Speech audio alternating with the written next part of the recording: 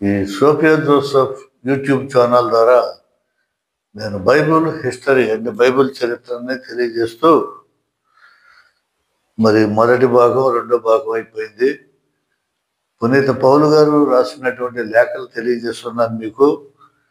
వాటిల్లో గత పాఠంలో మీకు మరి ఈ హెబ్రీలకు రాసినటువంటి లేఖ వరకు మీకు తెలియజేశాను.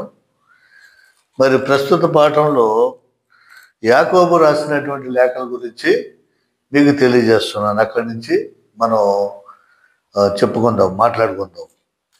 చూడండి, యాకోబు రాసిన లేఖ లేదా పత్రిక,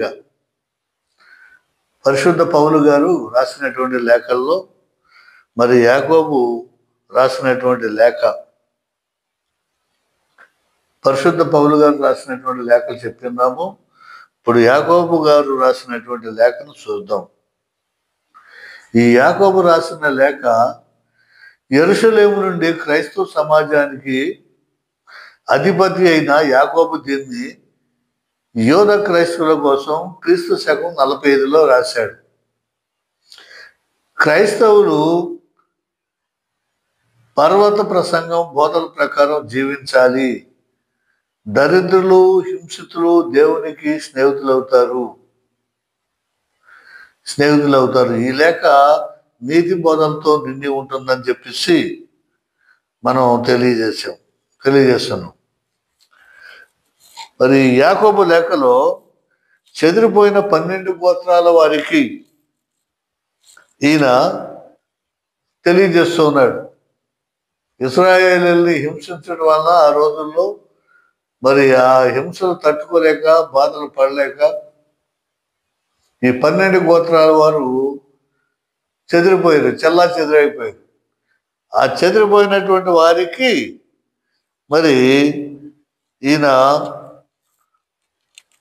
ఈ 12 గోత్రముల వారికి ఈ లేఖ రాస్తున్నాడు. ఈ యాకోబు రాసిన మొదటి పత్రిక 1వ వచనంలో చూసినట్లయితే మనం దేవుని యొక్కయు ప్రభు అయిన యేసుక్రీస్తుని యొక్కయు దాసుడైన యాకోబు అన్య దేశముల యందు చెదరయున్న 12 గోత్రముల వారికి శుభమని చెప్పి వ్రాయినది. ఈ 12 గోత్రాలకి చెదిరిపోయినటువంటి వారికి శుభమని చెప్పి రాసేది. దీనిలో ముఖ్యంగా చెప్తా ఉన్నాడు, మీరు భయపడవద్దు, మళ్ళా తిరిగి రండి. మీకు తెలివితేటలు కానీ జ్ఞానం కానీ ఎవరికైనా కావాలి అంటే మరి కొదువుగా తక్కువగా ఉన్న ఎడల మీరు దేవుణ్ణి అడగండి. దేవుణ్ణి అడిగితే ఆయనే ధైర్యం మరి తెలివితేటలు అన్ని మీకు అనుగ్రహిస్తాడని చెప్పేసి తెలియజేస్తున్నాడు. ఈ యాకోబు పత్రిక 1వ అధ్యాయం 5వ వచనంలో చూసినట్లయితే అది కనిపిస్తుంది. చూడండి, మీలో ఎవరికైనాను జ్ఞానము కొదువుగా ఉన్న ఎడల అతడు దేవుణ్ణి అడగవలేను, అప్పుడే అతనికి అనుగ్రహింపబడును. కాబట్టి దేవుని అడిగితే జ్ఞానం ఎవరి దగ్గర ఉంది? దేవుని దగ్గర ఉంది. ఆయన అడగాలి. ఆయన అడిగితేనే జ్ఞానం ఇస్తాడు. సొలొమోను మహారాజు గారు ఎవరి దగ్గర నుంచి జ్ఞానాన్ని పొందాడు? దేవుని దగ్గర నుంచి పొందాడు. నీకేం కావాలని అడిగితే ఏమన్నాడు? నాకు జ్ఞానం ఇవ్వండి అన్నాడు. జ్ఞానం ఇస్తే సమస్తము దాని నుంచే వస్తాయి. ఆ జ్ఞానం ద్వారా ఎలా సంపాదించుకోవాలో, ఏమేమి వస్తాయి అన్ని దానిలోనే ఉంటాయి. కాబట్టి మీకు ఏదైనా తక్కువగా ఉంటే మీరు దేవుణ్ణి అడగండి. మరి ఇంకా చెప్తున్నాడు ఏంటంటే, మీరు బోధకులుగా ఉండకడి. ఎందుకంటే చాలా కఠినమైనటువంటి అది ప్రక్రియ. బోధకులుగా ఉండాలంటే తన ప్రవర్తన చూసుకోవాలి, తన జీవితం చూసుకోవాలి. మార్పు పొందిన తర్వాత ఎలాంటి తప్పులు చేయకూడదు. అది నిప్పుల మీద నడక లాంటిది, కత్తి మీద సాము లాంటిది. జాగ్రత్తగా ఉండండి. ముందు మీరు రక్షణ పొందండి, మారు మనసు రక్షణ పొందండి. మీరు మారు మనసు రక్షణ పొందుకోకుండా ఏమీ లేకుండా ఎక్కడో 4 మాటలు వినేసి ఏవో 2 వాక్యాలు చదివేసి మీరే బోధకులు అయిపోతే సరిపోతుంది. అది బాగోదు అంటున్నాడు. చూడండి, 3వ అధ్యాయము 1వ వచనంలో ఏం చెప్తున్నాడు? బోధకులుగా మీరు ఎలా ఉండకూడదని ఎలా చెప్తున్నాడు చూడండి. నా సహోదరులారా, బోధకులమైన మనము మరి కఠినమైన తీర్పు పొందదమని తెలుసుకొని మీలో అనేకులు బోధకులు కాకుండుడి. శిక్ష బోధకులుగా ఉంటుంది ప్రప్రథముగా. కఠినమైనటువంటి శిక్షలన్నీ కూడా, ఎందుకంటే ఈ బోధకులు చెప్తారే కానీ పాటించరు. ఇతరులకు చెప్తారు, అది నా గురించి కాదు, నాకు వర్తించదని అనుకుంటారు. కాబట్టి సాధ్యమైనంత వరకు మీరు బోధకులుగా ఉండకపోవటమే మంచిది, మీరు నశించిపోకుండా ఉండటమే మంచిదని చెప్పేసి మరి ఈయన చెప్తూ ఉన్నాడు. అందుకని ఇక్కడ చూడండి, నా సహోదరులారా, బోధకులమైన మనము మరి కఠినమైన తీర్పు పొందదమని తెలుసుకొని నీలో అనేకులు బోధకులుగా ఉండొద్దని చెప్పేసి కాకుండుడి అని చెప్పేసి చెప్తున్నాడు. కాబట్టి మీరు చాలా జాగ్రత్తగా ఉండాలి, చాలా జాగ్రత్తగా ఉండాలి దేవుని విషయమై. మరి ఇంకా ఏం చెప్తున్నాడంటే, ఈ లోకంతో స్నేహం అనేది దేవునితో వైరం. ఈ లోకం కావాలా, దేవలోకం కావాలా? ఈ రెండే మీరు ఆలోచించుకోండి. ఈ లోకం ఎవరికి సంబంధించినది? సైతానికి సంబంధించినది. సైతానికి సంబంధించినటువంటి సైతాను రాజ్యం ఇది. సైతాను రాజ్యం అపవాది రాజ్యం. అపవాది రాజ్యం నుండి దేవుడికి వ్యతిరేకంగా ఉండట్లేదు. అందుకనే యేసు ప్రభు వారు 40 దినాలు ఉపవాసం ఉండి, బాప్తిస్మం తీసుకున్న తర్వాత ఉపవాసం ఉండి తర్వాత సైతాను శోధించడానికి వచ్చి, ఆ సైతాను ఆ పర్వతం మీద ఏమంటుంది ప్రభుతో, ఈ లోకం అంతా నాకు అప్పగించబడిందని నీకు తెలుసు కదా, ఈ లోకం అంతా చూపించి ఇదంతా నాకు అప్పగించబడిందని తెలుసు కదా అని చెప్తాడు. అంటే ఈ లోకం అంతా కూడా సైతాన్ లోకం. అందుకనే మరి ఈ 4వ అధ్యాయము 4వ వచనంలో చూసినట్లయితే, ఈ యాకోబు పత్రిక 4వ అధ్యాయము 4వ వచనంలో చూసినట్లయితే చూడండి ఏమని ఉంటుంది. ఈ లోక స్నేహము దేవునితో వైరమని మీరు ఎరుగరా, కాబట్టి ఎవడు ఈ లోకముతో స్నేహం చేయకూడనో వాడు దేవునికి శత్రువగును. హల్లెలూయా. ఎవడైతే లోకంతో స్నేహం చేయాలని చూస్తున్నాడో వాడు దేవునికి శత్రువును. ఈ లోకంతో స్నేహం అంటే ఏంటండి? ఈ లోకంలో జరిగేదంతా ఏమిటి? త్రాగుబోతనం, వ్యభిచారం, దొంగతనం, అబద్ధికులు, మోసగాళ్ళు, మోసం చేయటం, ఇదే ఈ లోకం పని.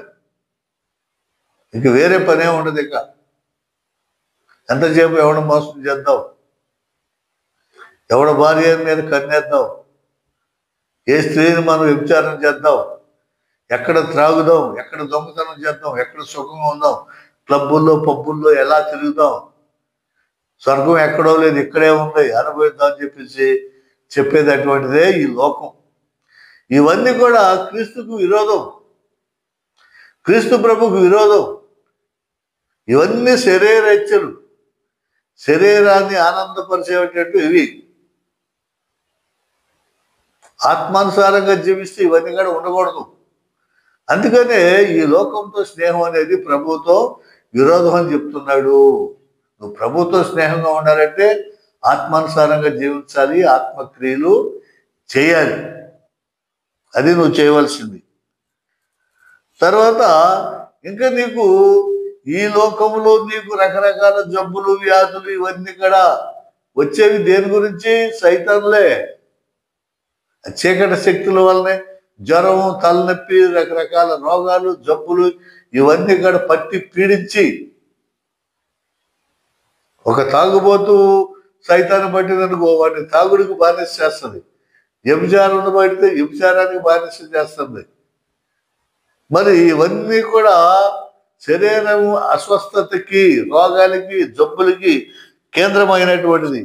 అందుకనే మళ్ళీ ఈ పత్రికలు చెప్తున్నాడు. యాకోబు పత్రిక 5వ అధ్యాయము 16వ వచనంలో మనం చూసినట్లయితే, 5:16లో చూసినట్లయితే చూడండి, మీరు స్వస్థత పొందునట్లు ఒకరికొకరు ప్రార్థన చేయుడి.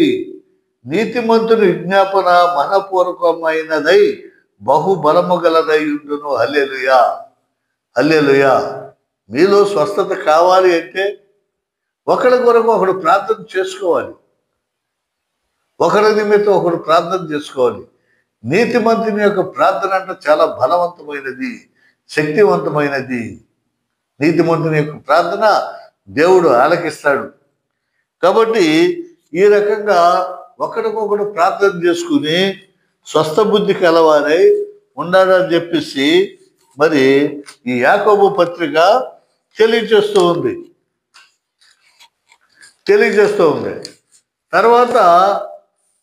ఆ తర్వాత చెప్పుకోదగినటువంటి పత్రిక ఏంటంటే పేతురు గారు రాసిన మొదటి పత్రిక, రెండవ పత్రిక. రెండు పత్రికలు కానీ చాలా ప్రధానమైనటువంటివి. ఈ పత్రికలో ఏమిటంటే పేతురు రాసిన 2 లేఖలు, పేతురు పేరు మీదుగా 2 లేఖలు ప్రచారంలోకి వచ్చాయి. పేతురు భావాలనే విశదీకరిస్తూ అతని శిష్యుడు వీటిని రాసి ఉండవచ్చు. కాబట్టి ఆయన పేరు మీదకి ఈ 2 పత్రికలు ఎవరో ఆయన శిష్యుడు రాసి ఉండొచ్చు. కాబట్టి అని అది అనుకుంటున్నారు ఈ విజ్ఞులు. ఈ పత్రికల్లో ముఖ్యంగా చెప్పగలిగింది ఏమిటంటే పేతురు మరి ఆయన ఏమంటున్నాడు, పేతురు పరిశుద్ధ మరి పేతురు గారు ఏమంటున్నాడు, ఆయన కేఫా రాయి. పేతురుని పిలిచి నీ రాతి మీద నా సంఘాన్ని కడుతున్నాను పేతురు అని చెప్పేసి ఆ సంఘాన్ని, క్రీస్తు సంఘాన్ని మొట్టమొదటిసారిగా ఆయన్ని స్థాపించాడు. అయితే పేతురు చెప్తున్నాడు, ఏం చెప్తున్నాడు, 1వ అధ్యాయం 24వ వచనం చూసినట్లయితే, నేను అక్కడక్కడ చెప్పుకుంటూ వస్తున్నాను టూకీగా, మీరు చదవండి. సర్వ శరీరులు గడ్డిని పోలిన వారే, సర్వ శరీరులు గడ్డిని పోలిన వారు, వారి అందమంతయు గడ్డి పువ్వులే ఉన్నది. గడ్డి ఎండును, దాని పువ్వును రాలును, అయితే ప్రభు వాక్యము ఎల్లప్పుడూ నిలుసును. హల్లెలూయా, హల్లెలూయా. సర్వ శరీరులు కూడా గడ్డిని పోలినటువంటి వారు, గడ్డి పువ్వులు. ఈ శరీరానికి ఎన్ని మెరుగులు దిద్దుతాం. గడ్డి పువ్వులు చూస్తానికి చాలా అందంగా ఉంటాయి, మనోహరంగా ఉంటాయి, కానీ ఒక్క రోజులోనే రాలిపోతాయి. అలాగే ఈ శరీరాలందరూ కూడా ఇప్పుడు చూడండి, మనం టీవీ ఆన్ చేస్తే ఆ శరీరం నెగనెగలాడాలంటే, ముఖంలో గ్లో రావాలంటే ఏమేమి రాయాలో క్రీములన్నీ చెప్పుకుంటూ పోతాడు. తన అందాన్ని మరి పరిమళింపు చేసుకోవటానికి రకరకాలు ఆడవాళ్ళు కానీ మగవాళ్ళు కానీ ఎవరికి తగినటువంటి క్రీములు వాళ్ళకి శరీరానికి వచ్చేసింది. మచ్చలు పోవటానికి, ముడతలు పోవటానికి, తర్వాత ఎంట్రుకలు కూడా నెగనెగలాడటానికి, తాజాగా ఉండటానికి రకరకాల షాంపూలు, మళ్ళీ వాటిని డ్రై పెట్టుకోవటం, ఎండబెట్టుకోవటం, చేసుకోవటం, అందంగా ఎగిరేదంటే చేసుకోవటం, చూడగానే ఆకర్షించాలి, నన్ను చూడగానే అందరూ ఆకర్షించాలి, నాయంకే చూడాలి, అబ్బాయి ఎంత అందంగా ఉన్నాడు అని చెప్పేసి. మరి ఆడవాళ్ళైతే జుట్టు కత్తిరించుకునేవాడు, జుట్టు బాగా పొడుగ్గా పెంచుకున్నటువంటి వారు, వాటికి రకరకాల షాంపూలు, డ్రైలు, మరి ఇవన్నీ కూడా వేసుకుని తీర్చిదిద్ది చివరాకారిగా ఇవన్నీ కూడా ఉంటాయండి. అవన్నీ శాశ్వతంగా ఉంటాయా? గడ్డి పువ్వులాగా రాలిపోతాయి. ప్రొద్దున్నే శుభ్రంగా రాసుకుంటే క్రీమ్తో తయారు చేయి అలా వెళ్ళి ఎలా వస్తే సాయంత్రానికి మళ్ళీ వాడిపోతుంది, మళ్ళీ తయారవ్వాలి, తెల్లారి పొద్దున మళ్ళీ తయారవ్వాలి, మళ్ళీ వాడిపోతుంది, మళ్ళీ తయారవ్వాలి, మళ్ళీ వాడిపోతుంది. ఆఖరికి చనిపోయేటప్పుడు అందమంతా ఉంటుందా? ఏమీ ఉండదు. అందుకనే సర్వ శరీరులు కూడా గడ్డిని పోలిన వారే, వారి అందమంతయు గడ్డి పువ్వులే ఉన్నది. గడ్డి ఎండును, దాని పువ్వును రాలును, అయితే ప్రభు వాక్యం మాత్రం ఎల్లప్పుడు కూడా నిలుస్తూ ఉంటుంది. హల్లెలూయా, హల్లెలూయా. చూడండి, ఎన్ని సుగంధ ద్రవ్యాలు రాసినా, ఏం చేసినా కాడ, ఎంత అందమైనా కాడ వాడిపోయే పువ్వా నీకు అందాలెందుకు, రాలిపోయే పువ్వా నీకు రాగాలెందుకు అని చెప్పి ఒక భక్తుడు కూడా ఒక పాట రాసుకున్నాడు ఈ వాక్యాన్ని బట్టి. కాబట్టి దీనికి ప్రాధాన్యత ఇవ్వమాకండి. మీరు ఆత్మ సౌందర్యం గలవారు ధన్యులు. ఆత్మ సౌందర్యంగా చూసుకోండి, ఆత్మను సౌందర్యంగా చూసుకోండి. ఆత్మకి ఎలాంటి మచ్చ ముడత ఏమి లేకుండా చూసుకోండి. ఏ పాపము అంటుకోకుండా ఆత్మని శుభ్రంగా ఉంచుకోండి. ప్రతిరోజు దాన్ని పరిశీలించండి. ఏం అబద్ధం ఆడాము, ఏం మోసం చేసామో, దొంగతనం చేసామా, ఆత్మశోధన శోధించుకోండి ఒకసారి.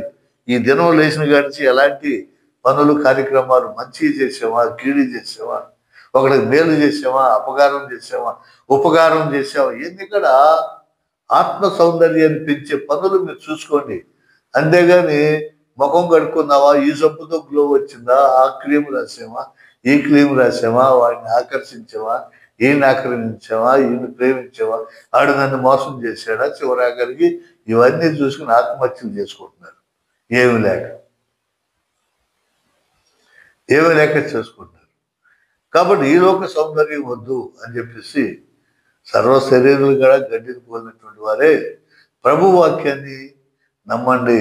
ప్రభు వాక్యం కలకాలం నిలుస్తుంది. ఆ మాట ప్రకారం జీవించండి, ఆత్మ సౌందర్యము కలిగి ఉండండి అని అంటున్నాడు.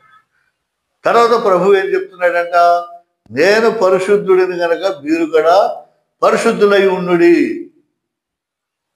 నేను పరిశుద్ధుడిని, నాలో నేరం ఉందని, నాలో లోపం ఉందని, నాలో పాపం ఉందని ఎవడైనా స్థాపించగలడా, ఎవడైనా నిరూపించగలడా అని చెప్పి ప్రభు మరి గట్టిగా అడిగినప్పుడు ఇంతవరకు స్టిల్ ఈ రోజు వరకు అని ఎవడో మరి నిరూపించలేకపోయాడు, చేయలేకపోయాడు. కాబట్టి నేను పరిశుద్ధుడిని. క్రైస్తవుడు అంటే క్రీస్తుని పోలి జీవించేవాడు, క్రీస్తుని అనుకరించేవాడు. కాబట్టి క్రీస్తు ప్రభు పరిశుద్ధుడు కాబట్టి క్రైస్తవుడు కూడా పరిశుద్ధుడిగా ఉండాలి, ఆయన పోలి జీవించాలి, ఆయన అనుకరించాలి.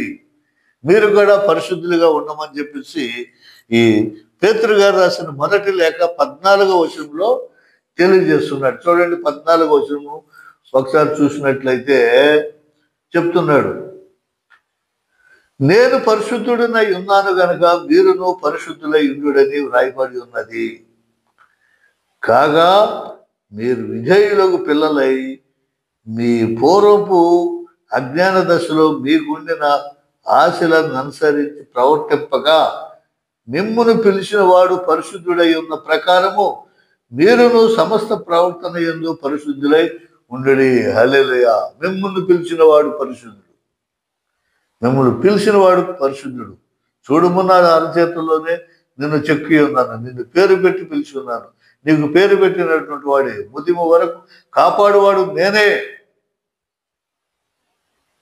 కాబట్టి నేను పరిశుద్ధుడు కాబట్టి మీరు కూడా పరిశుద్ధులుగా ఉండండి. నీకు శాశ్వతమైనటువంటి జీవాన్ని, నిత్య జీవాన్ని నేను ఇస్తాను, నమ్మండి అని చెప్పేసి ప్రభువు సెలవిస్తున్నాడు. మరి ఇవన్నీ చేయాలంటే ఏం చేయాలి? బైబిల్ చదవాలి, బైబిల్ వాక్యం నేర్చుకోవాలి, బోధలు వినాలి, పత్రికలు చదవాలి. దేవుడు సృష్టించాడు, అవ్వనే ఆదాని మరి సృష్టించాడు. వారు భార్యాభర్తలుగా ఉన్నారు, పిల్లలు కూడా పుట్టారు. మరి భార్యాభర్తల ప్రేమ ఎలా ఉండాలి? భర్తకి భార్య ఎలా మరి అనుకూలంగా జీవించాలి? భార్యాభర్తల జీవన విధానం, పిల్లలు ఎలా ఉండాలి అని చెప్పేసి కూడా మరి ఈ 3వ అధ్యాయంలో చదివినట్లయితే, 1వ పేతురు 3వ అధ్యాయంలో అంతా చూసినట్లయితే భార్యాభర్తల యొక్క ప్రేమ కనిపిస్తుంది. భార్యాభర్తల ప్రేమ కనిపిస్తుంది. చూడండి, అటువలే స్త్రీలారా మీరు మీ స్వపురుషులకు లోబడి ఉండండి. అందువలన వారిలో ఎవరైనాను వాక్యమునకు అధ్యాయులైతే వారు భయంతో కూడిన మీ పవిత్ర ప్రవర్తన చూసి వాక్యము లేకుండానే తమ భార్యల నడవడి వల్ల రాబట్టబడుతున్నారు. ఇప్పుడు ఎక్కువ శాతం చూడండి, ఏ గుడికి వెళ్ళినా ఎక్కడ చూసినా స్త్రీలు కనిపిస్తూ ఉంటారు, పురుషులు కనపడరు.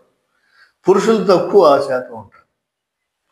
స్త్రీలు వచ్చేసి, అయ్యా పాస్టర్ గారు, గురువు గారు, స్వామి నా భర్తను మార్చాలి ప్రార్థన చేయండి, నా భర్తను మార్చాలి ప్రార్థన చేయండి, నా భర్త త్రాగుబోతు అయిపోయాడు, తిరుగుబోతు అయిపోయాడు, నన్ను చూడలేదు, పిల్లలను చూస్తలేదు, విడిగా తిరుగుతున్నాడు అని చెప్పేసి గగ్గోలు బట్టి కన్నీటితో ఏడుతూ ఉంటారు. ప్రియకరిస్తులారా, అమ్మలారా, స్త్రీలారా, నేను చెప్పేది ఏమిటంటే, అసలు మీరు ఏడవద్దు. నువ్వు ఏడవద్దు. నువ్వు భర్త గురించి అసలు ప్రార్థన చేసినా కూడా నువ్వు ఉపయోగం లేదు. గుడికి రా, నీ ప్రవర్తన చూసి నీ భర్త మారుతాడు. హల్లెలూయా. నీ ప్రవర్తన చూసి, నీ ప్రార్థన చూసి మారిపోతాడు. ఎవరో ప్రార్థన చేస్తే మారడు. నీలో ఉన్నటువంటి ఇదివరకు గుణాలకి ఇప్పుడు గుణాలకి తేడా చూసి మారిపోతాడు. తనకు తానే మారిపోతాడు, పరుగు తీసుకొస్తాడు. అయ్యో ఏంటి నా భార్య ఎన్ని కొట్టినా అసలు ఎదురు తిరగట్లేదే, ఇదివరకు గయాళ్ళ గంపలాగా ఎదురు తిరిగేది, మెదిలితే పుట్టింటికి కదిలితే పుట్టింటికి వెళ్ళి వాళ్ళ అన్నదమ్ములకి తల్లిదండ్రులకి లేనిపోయినాయని చెప్పి నా మీద తగాదా వచ్చి కోర్టులో కేసులు వేసి పోలీసుల దగ్గరికి తీసుకెళ్ళి జైల్లో పెట్టి నానా చిత్రహింసలు చేసేది. ఇప్పుడు ఎన్ని కొట్టినా అసలు ఏం మాట్లాడతలేదు, ఎన్ని తిట్టినా తలంచుకుపోతుంది, ఏమి తెచ్చినా తేకపోయినా తనే కష్టపడి తనే ఏదో వండి పెడుతుంది, పిల్లల్ని చూస్తుంది, ఫీజులు కట్టుకుంటుంది, స్కూళ్ళకి తీసుకెళ్తుంది. ఏంటి దీనికి మార్పు ఏంటి? అసలు ఏమైంది? నేనే అజ్ఞానిలాగా ప్రార్థనకి వెళ్తుంటే కొడుతున్నాను, తిడుతున్నాను, పాస్టర్లు మంచోళ్ళు కాదు, నీకు నేర్పేస్తున్నారు, వాళ్ళు నేర్పుతున్నారని చెప్తానే, ఏమిటి ఎంత ఏంటని చెప్పేసి భర్తలో ఒకనాటికి ఖచ్చితమైనటువంటి మార్పు వస్తుంది. ప్రియమైనటువంటి అమ్మలారా, చెల్లెళ్ళారా, అక్కలారా, అది తెలుసుకోండి. నీ ప్రవర్తన అంతా మార్చి చూసి నీ భర్త మారిపోతాడు. తనకి వస్తాడు గుడికి, ఏదో ఉంది కాబట్టి నేను కానీ గుడికి వెళ్ళాలి. చాలా తప్పు చేశాను. ఈ తాగుడు వల్ల నా ఆరోగ్యం దెబ్బతింది, ఈ తిరుగుబోతన వల్ల నేను పాడైపోయాను, నాకు చెడ్డ పేరు వచ్చింది, మంచి పేరు లేదు ఊళ్ళో. నా పిల్లలకి నన్ను చెప్పుకుంటే అక్కడ వాడు సిగ్గుపడే రోజు వస్తుంది కాబట్టి అని చెప్పేసి మార్పు వస్తుంది. అదేవిధంగా భర్త కాడ తను ప్రార్థన చేసుకుంటూ ఉంటే భార్యలో మార్పు వస్తుంది. ఎంత గొప్ప మార్పు వస్తుందో తెలుసా? ఎవరో చెప్పవసరంలా, నువ్వు ఏడవసరంలా. అయ్యా నా భర్తను మార్చేమని మాస్టర్ గారిలో వెనకాల పడి, మరి ఏళ్ళ వెనకాల పడి, ఆడ వెనకాల పడి, వాళ్ళకి నువ్వు కష్టపడిన డబ్బులు చందాలు ఇచ్చి ఇంట్లో ప్రార్థన పెట్టించుకుని ఇవన్నీ చేసినందువల్ల నీ భర్త మారడు సుమి. నీ ప్రవర్తన చూసి మారిపోతాడు, నీ జీవితాన్ని చూసి మారిపోతాడు. నీలో ఉన్నటువంటి వెలుగుని, మొక్క కాంతిని పరిశుద్ధాత్మ దేవుడు నిన్ను ఆవరించినప్పుడు అవన్నీ నీకు చాలా తేలిగ్గా సంతోషంగా ఉంటుంది. ఆయనే చెప్తాడు, పద గుడికి వెళ్దాం, ఆదివారం వస్తుంది, లేదు పుణ్యక్షేత్రానికి వెళ్దాం పద, లేదు ఇంట్లో ప్రార్థన పెట్టిద్దాం చూడు అని ఆయనే చెప్తాడు, ఆయనే సహకరిస్తాడు. కాబట్టి ఇవన్నీ కూడా ఈ 3వ అధ్యాయంలో భార్యాభర్తల ప్రేమ గురించి చక్కగా తెలియజేస్తుంది ఈ పత్రిక. తర్వాత ఇంకొక వార్నింగ్ కూడా ఇస్తుంది. పేతురు రాసిన మొదటి పత్రిక నీకు ఒక వార్నింగ్ కూడా ఇస్తుంది. ఏమిటా వార్నింగ్ అంటే, ఈ అపవాది, ఈ లోకాధిపతి, ఈ అపవాది గర్జించు సింహం వలె ఎవరిని రింగుదామని చెప్పేసి కాండ్రిస్తూ తిరుగుతూ ఉంటుందంట. ఎవడ దొరుకుతాడా, ఎవడిని మింగేద్దామా, నా వల్ల ఎవడు పడతాడు, ఎవడు ఉచ్చులో పడతాడు అని చెప్పేసి. చూడండి 1వ పేతురు 8వ వచనంలో చూడండి, 8వ వచనం.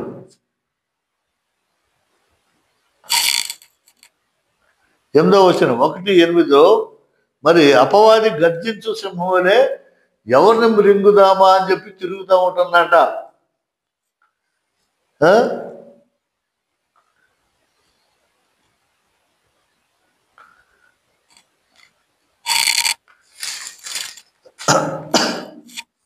గర్జించు సింహం వలె ఎవరిని మృంగుదామా అని చెప్పేసి తిరుగుతూ ఉంటుంది. కాబట్టి ఈ లోకము యొక్క అధిపతి, లోకాధిపతి ఎవడని చెప్పుకున్నాము? అపవాది. ఈ అపవాది ఎల్లప్పుడూ మీరు ఎవడు దొరుకుతాడా అని చెప్పేసి మరి గర్జించు సింహంలాగా తిరుగుతూ ఉంటాడంట. కాబట్టి ప్రియమైన సహోదరులారా,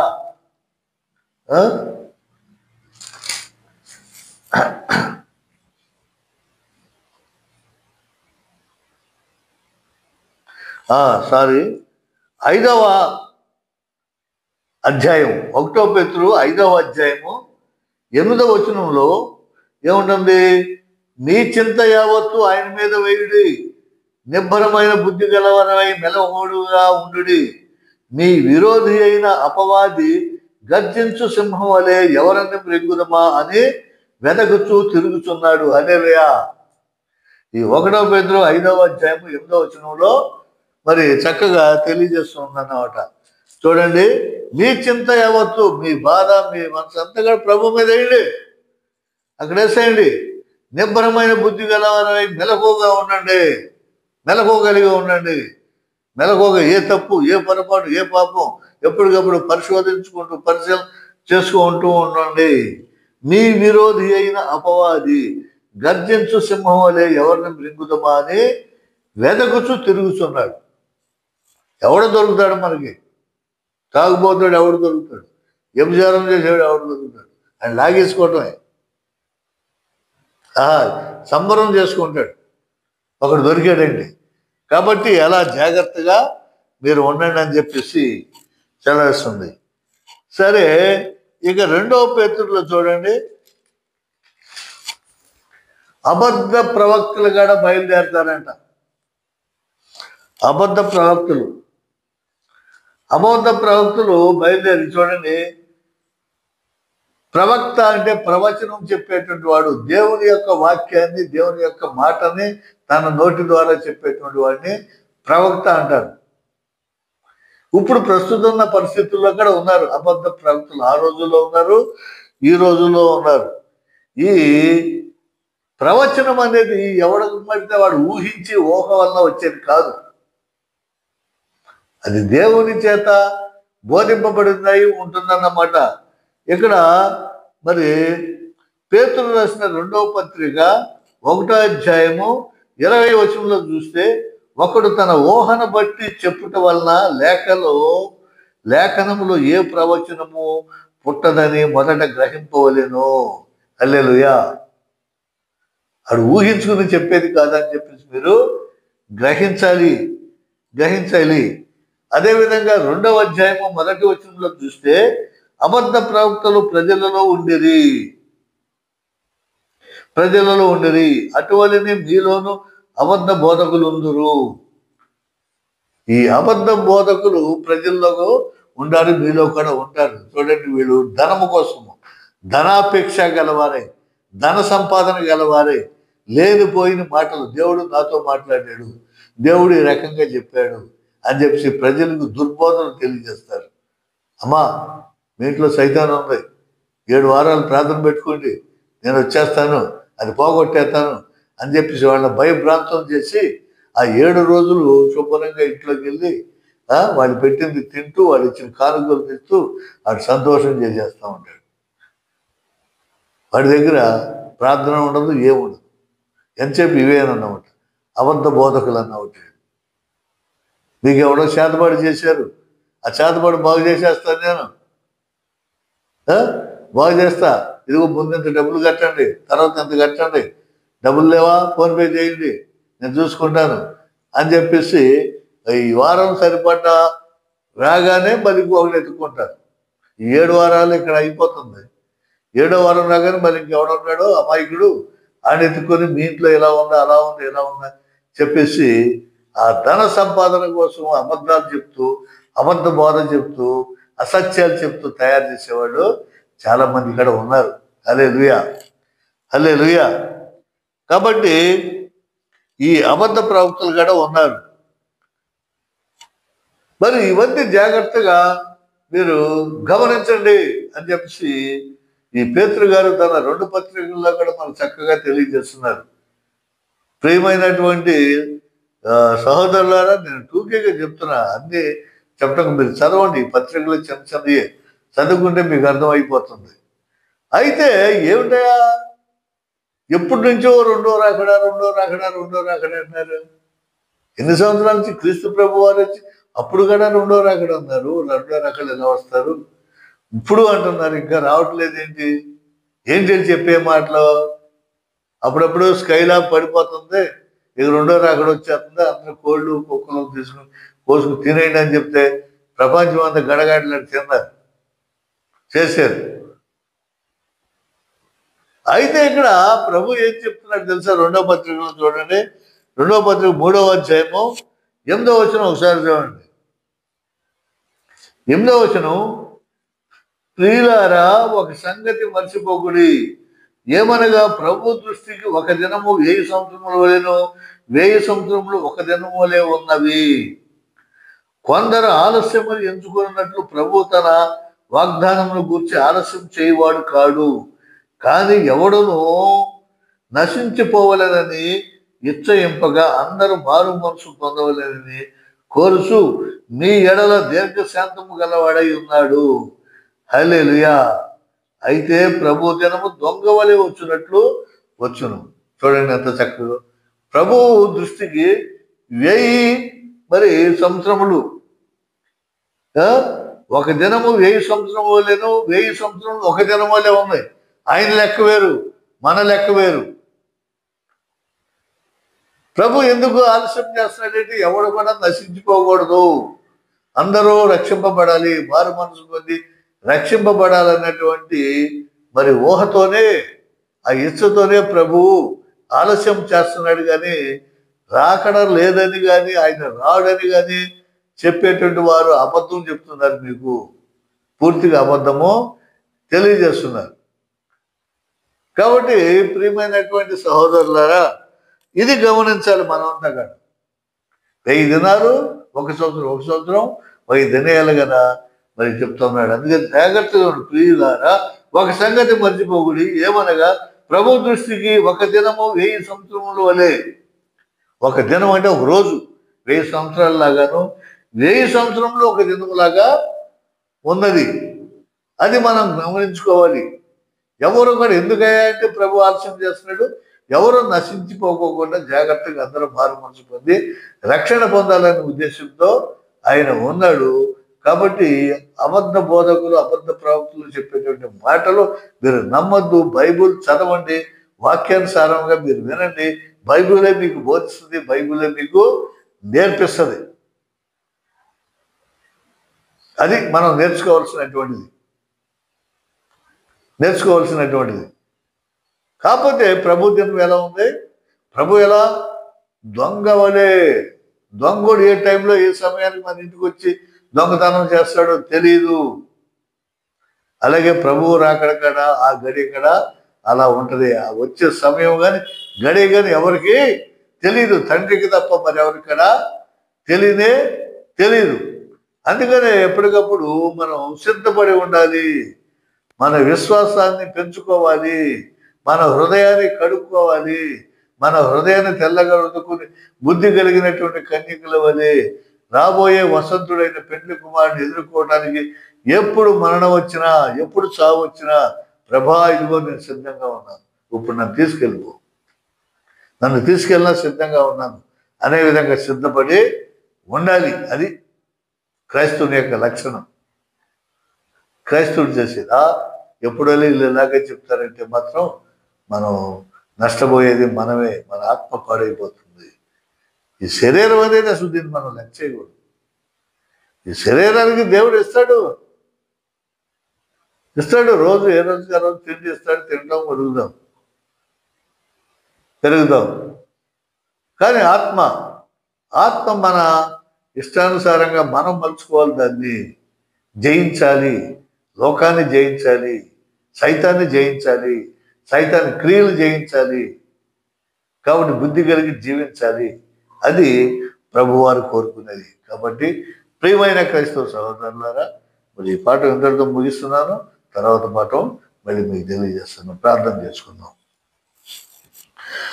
మహాపరిశుద్ధుడు తండ్రి, నీ పాదంలో కొందనాలు ప్రభా. అత్యంత కృపతో మమ్మల్ని కాచి కాపాడినని మీకు వందనాలు, స్తుతులు, స్తోత్రాలు ప్రభా. తండ్రి, ఇదిగో ఇప్పుడు వరకు ప్రభా మేము నేర్చుకున్నటువంటి ప్రభా, ఇదిగో ప్రభా ఈ పేతురు గారి యొక్క లేఖల్లో కానీ యాకోబు పత్రికలో కానీ చూసినటువంటి విధంగా ప్రభా, ఇవన్నీ ఇక్కడ కొన్ని విషయాలు, మరి ముఖ్యమైన విషయాలు మేము తెలుసుకుని ఉన్నాము. మరి ఆ పత్రికలు క్షుణ్ణంగా చదవటానికి, వాటిని అర్థం చేసుకోవటానికి, నేర్చుకోవటానికి పరిశుద్ధాత్మ శక్తిని మాలో నింపి మాకు సహాయం చేయండి తండ్రి. ఇదిగో ప్రభా, మా లోపకరమైనటువంటి జీవితాన్ని సరిదిద్దండి, ఆశీర్వదించండి ప్రభా. ఇదిగో ఈ సోఫియా జోసెఫ్ ఛానల్ ద్వారా జరిగేటువంటి ప్రభా తండ్రి సేవను దీవించి ఆశీర్వదించి అనేకులు ప్రభా దీని ద్వారా మేలు పొందే భాగ్యం దయచేయమని ఈయన మనవులని త్వరలో రానున్న ఆ ప్రభు అయిన యేసుక్రీస్తు పుణ్యనామం మాకు దయచేయమని మరి వేడుకుంటున్నాం తండ్రి. ఆమేన్, ఆమేన్. ప్రభు మీరందరినీ దీవించి ఆశీర్వదించి కాచి కాపాడుగాక. మీ అందరికీ వందనాలు.